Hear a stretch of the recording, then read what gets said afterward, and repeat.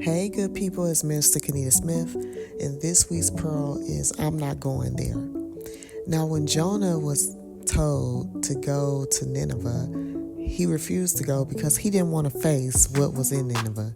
He didn't want to face the people, he didn't want to face the controversy, he didn't want to face possible death that was lurking with him going to Nineveh with the message that he had. He didn't want that kind of conflict. And in our lives, there are things that God may be confronting us about, and He may be telling us it's time for us to go there. It's time for us to go there with our family members. It's time for us to go there with our friendships. It's time for us to go there with people in the workspace. It's time for us to go there for Him. And so there may be things that He's saying, hey, it's okay for you to stand up for me in this season, in every season of life, because now is the time for you to make clear and known where you stand when it comes to Christ, where you stand when it comes to your family and your belief in Christ. It's time for you to make it known. So it's time for you to go there. And you may lose some people. You may lose some friendships. Hey, you may lose some close family member ties, but it's time for you to go there.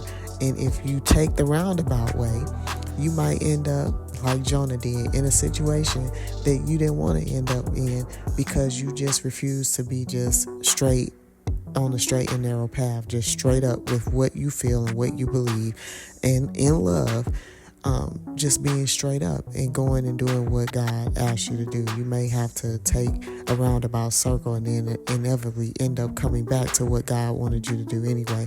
But God's grace and mercy will always prevail for you, and He'll always have a way out and a way of escape when you find yourself in a situation that is unplanned and is harmful to you. But it's time for you to go there. This is a season where you need to go there and you need to make it known what it is that you desire in your life, in your family's life, in your children's life, on your job when it comes to the word of the Lord. So that's the word of the Lord today. That's the pearl for today. Go there. It's time.